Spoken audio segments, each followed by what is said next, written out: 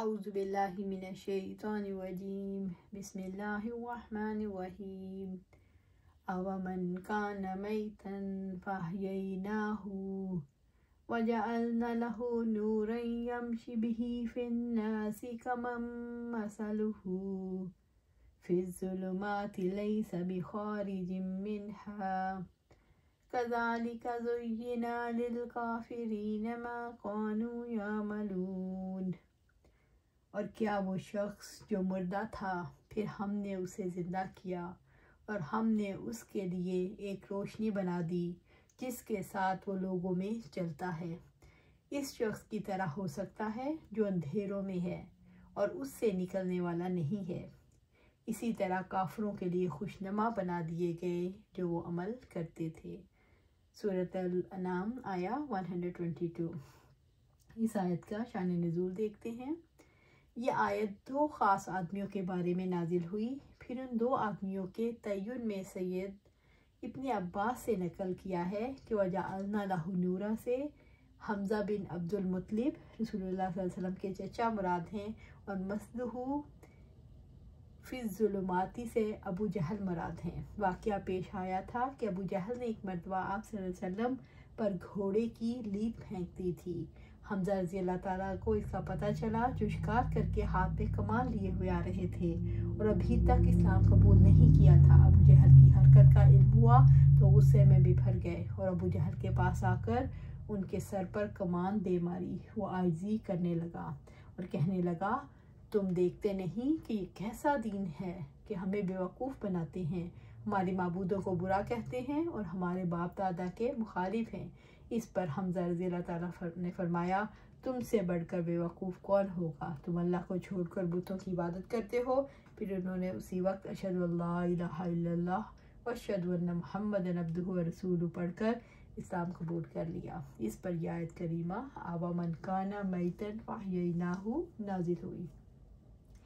अवमन काना मैतन, और क्या वो शख्स जो मुर्दा था, यानी अल्लाह ताला की हदायत करने से पहले जो गुनाहों के अंधेरों में डूबा हुआ था, काफिर था। मैतन मुर्दा जिसमें रूह मफकूद हो और रूह से मुराद ईमान है। मैतन से मुराद गुमराह है। मौत से मुराद कुफर की हालत है जिसमें इंसान कायनात की अज़ली और अब्दी हकीकत से इनकार करके इससे कट जाता है। फ़अहयैनाहु, फिर हमने उसे ज़िंदा किया, यानी उसे हदायत दे दी, यानी इससे इस्लाम की तरफ हदायत दी। फिर हमने उसे ज़िंदा किया, फिर हमने उसे इल्म, ईमान और अतात की रोशनी के ज़रिए से ज़िंदा कर दिया और वो इसी रोशनी में लोगों के दरमियान चलता फिरता हो, अपने अमूर में बसीरत से बहरावर हो, अपने रास्ते को जानता हो, भलाई की मार्फत रखता हो, इसे तरजीह देता हो, अपने आप पर और दूसरों पर इसके नफाज की कोशिश करता हो, जो बुराई की मार्फत रखता हो, उसे नापसंद करता हो और उसे तर्क करने की कोशिश करता हो और ख़ुद अपनी ज़ात से और दूसरों से इस बुराई को दूर करने की कोशिश करता हो। क्या ये इस शख्स के बराबर हो सकता है जो जहालत, गुमराही, कुफर और गुनाहों की तारीकियों में डूबा हुआ हो। इस आयत में काफिर और मोमिन की मिसाल है। मोमिन पहले मुर्दा था और कुफर और गुमराही की दलदल में फंसा हुआ था। अल्लाह ताला ने उसे ज़िंदा किया और उसका दिल नूर ईमान से जगमगा दिया और उसे हदायत की तौफीक अता फरमाई, रसूलों की बात मानने का शौक़ दिया। फिर उसे कुरान अज़ीम दिया जिसकी रोशनी में वो चलता फिरता है, उसके अहकाम बजा लाकर अपनी ज़िंदगी जी रहा है। कुफर की हालत को मौत की हालत क्यों कहा गया? कुफर की हालत में इंसान की रूह असल इल्म से महरूम हो जाती है, हकीकत से कट जाता है और अंधेरों में रह जाता है। इसका शऊर तारीक हो जाता है और सीधा रास्ता गुम कर बैठता है। कुफर की हालत में इंसान के अंदर वुसअत नहीं रहती। इसका अज़ली हकीकत से इनकार इसके दिल को सख्त कर देता है। उसकी सोच महदूद हो जाती है और वो अपनी फितरत से हट जाता है। यूँ पत्थर की तरह सख्त हो जाता है जहाँ से नेकी और खैर नहीं फूट सकती। इसलिए यह हालत मौत से मुशाबे है। मुर्दा इंसान कौन होता है? मुर्दा से मुराद है काफिर जिसका दिल हक से गाफिल हो और मुर्दा की तरह इसको फ़ायदा, बख्श और ज़रर रिसा चीज़ों में इम्तियाज़ नहीं होता।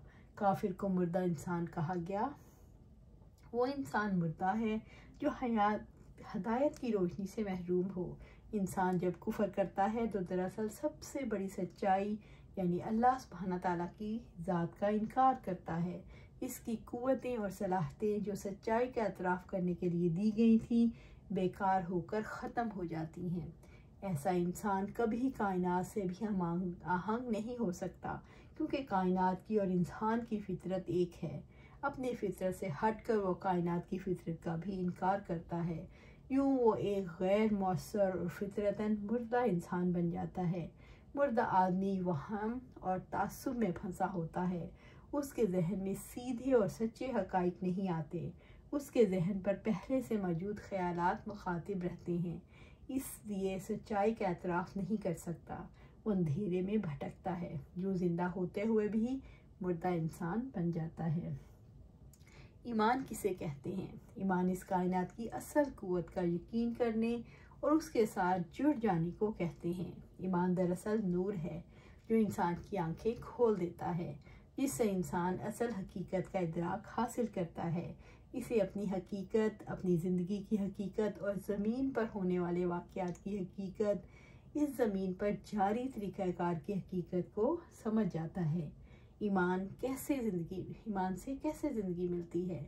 जब इंसान ईमान लाता है तो उस कायनात की असल हकीकत यानी अल्लाह ताला का इकरार करता है। यूँ वो एक रोशनी में आ जाता है जिसके ज़रिए उसे दीन की हकीकत का पता चलता है। वो देखता है कि दीन के तमाम अज्जा में एक गहरा ताल्लुक़ है।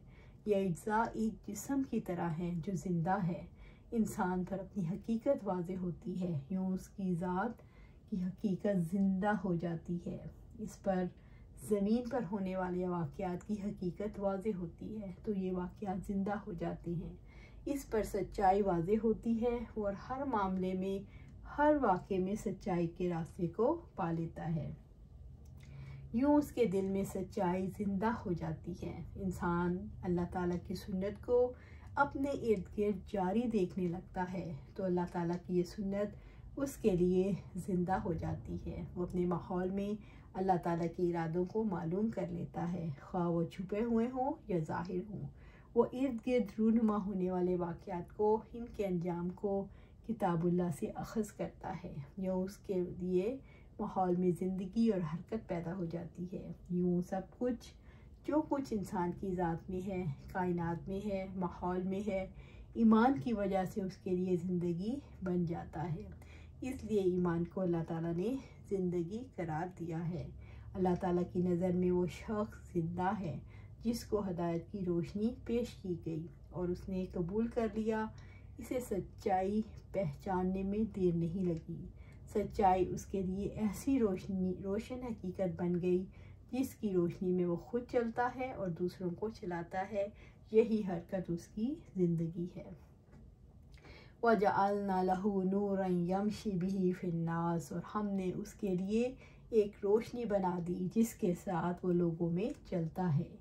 जो इंसान ईमान की रोशनी हासिल करता है उसके ख्यालात रोशन हो जाते हैं, उसका शऊर रोशन हो जाता है। इसी वजह से उसके दिल को खुशी नसीब होती है।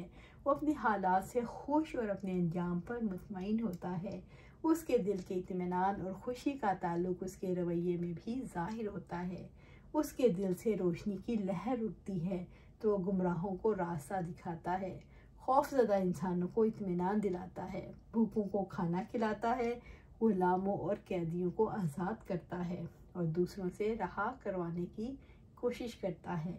वो बीमारों के शफा के लिए तदाबीर इख्तियार करता है।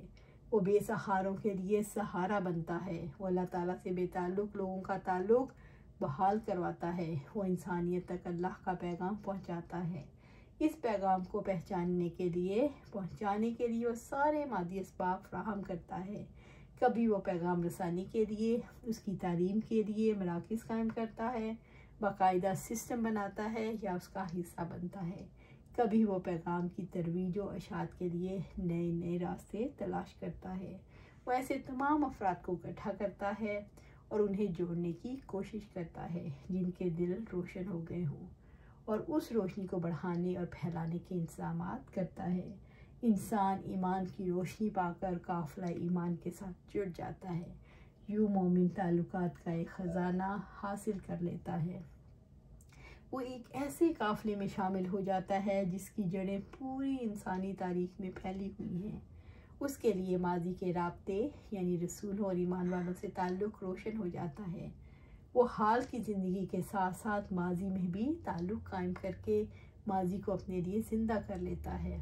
उसका वजूद और उसकी शख्सियत इसकी उम्र के साथ ख़त्म नहीं होती। उसके जानने के बाद भी उसकी रूह वुसअत उसके काम में वुसअत पैदा कर देती है। उसके सदका जारिया का सिलसिला जारी रहता है। उसके अमाल साले के असरार जारी रहते हैं। यूँ इंसानी तारीख़ में मोमिन का काम जारी रहता है। बुझे हुए तारीख़ दिल पर जब ईमान की बारिश होती है तो इंसान को ज़िंदगी, हरकत, तरक्की और हमेशा की ज़िंदगी नसीब होती है। कमम मसलहु फिज़्ज़ुलुमात, और उस शख्स की तरह हो सकता है जो अंधेरों में है। ये दूसरा शख्स है जो काफिर है, जो जहालत, तोहमात और गुमराहियों में घिरा हुआ है। काफिर ज़मीन पर मजबूत वजूद नहीं रखता। वो खुदरो पौधे की तरह होता है जिसकी जड़ें पुख्ता नहीं होती, क्योंकि उसका अपने खालिक से ताल्लुक़ नहीं होता। इसलिए कायनात से भी इसका ताल्लुक़ सिर्फ मादी रह जाता है, रूहानी ताल्लुक़ नहीं होता, जैसे किसी भी जानवर का ताल्लुक़ होता है। मादी दुनिया के साथ उसका ये ताल्लुक़ है जो नहायत महदूद ताल्लुक़ है। इसलिए काफिर के लिए कोई करार नहीं। लैसा बिखारिज मिन्हा, और उससे निकलने वाला नहीं। काफिर समंदर में डूबने वाले की तरह हाथ पांव मारता है लेकिन भंवर से निकलने का रास्ता नहीं पाता। अल्लाह ताला ने अंधेरे में अपनी मखलूक पैदा की, फिर उन पर अपना नूर छिड़का। फिर जिस पर अल्लाह ताला की नूर के छींटे पड़ गए वो राह पा जाएगा, और जो महरूम रह गया वो गुमराह हो जाएगा। लैसा बिखारिज मिन्हा, और उससे निकलने वाला नहीं। वो इसलिए नहीं निकल सकता कि इस पर तमाम रास्ते मुश्तबा हो गए। हालांकि अल्लाह ताला ने अक़ल अता फरमाई, वो फितरी तौर पर भलाई बुराई की पहचान भी रखता है, लेकिन रसूलों की दावत पर लब्बैक नहीं कहता। वो अल्लाह ताला की वही से फ़ायदा नहीं उठाता। इसकी वजह से वो इस कुफर और शिर्क के अंधेरे से नहीं निकल सकता। दो तरह के अफराद मुख्तलिफ हैं। अपनी ज़िंदगी के बरतने, अपने हालात व वाक़यात, अपने कामों और कामों के पैदा करदा असरात के एतबार से ईमान की वजह से इंसान का माजी के ईमान वालों से ताल्लुक़ जुड़ता है। अपने दौर में उसकी ज़िंदगी तरक्की करती है और उसका मुस्तकबिल में उसके कामों के असरात जारी रहते हैं। यूँ वो ज़िंदा शख्स इसकी तरह कैसे हो सकता है जिसका दिल अंधेरों में घिरा हुआ हो, अपने माजी से कटा हुआ, हाल से मायूस और मुस्तकबिल से नाउम्मीद हो। दोनों बराबर नहीं हो सकते। इस आयत करीमा में अल्लाह ताला ने मोमिन और काफिर की एक मिसाल बयान की, और मकसूद मोमिनों को काफिरों की इत्तिबा से नफ़रत दिलाना है। रब्बुल इज़्ज़त का फरमान है, मसलुल फ़रीक़ैनि कल आमा वल असमी वल बसीरी वस्समी हल यस्तवियानी मसला अफला तज़क्करून। इन दोनों ग्रोहों की मिसाल अंधे और बहरे की तरह और देखने और सुनने वाले की तरह, क्या दोनों मिसाल में यकसा हो सकते हैं? तो क्या तुम नसीहत हासिल नहीं करते? सूरह हूद आया 24। अल्लाहु वलियुल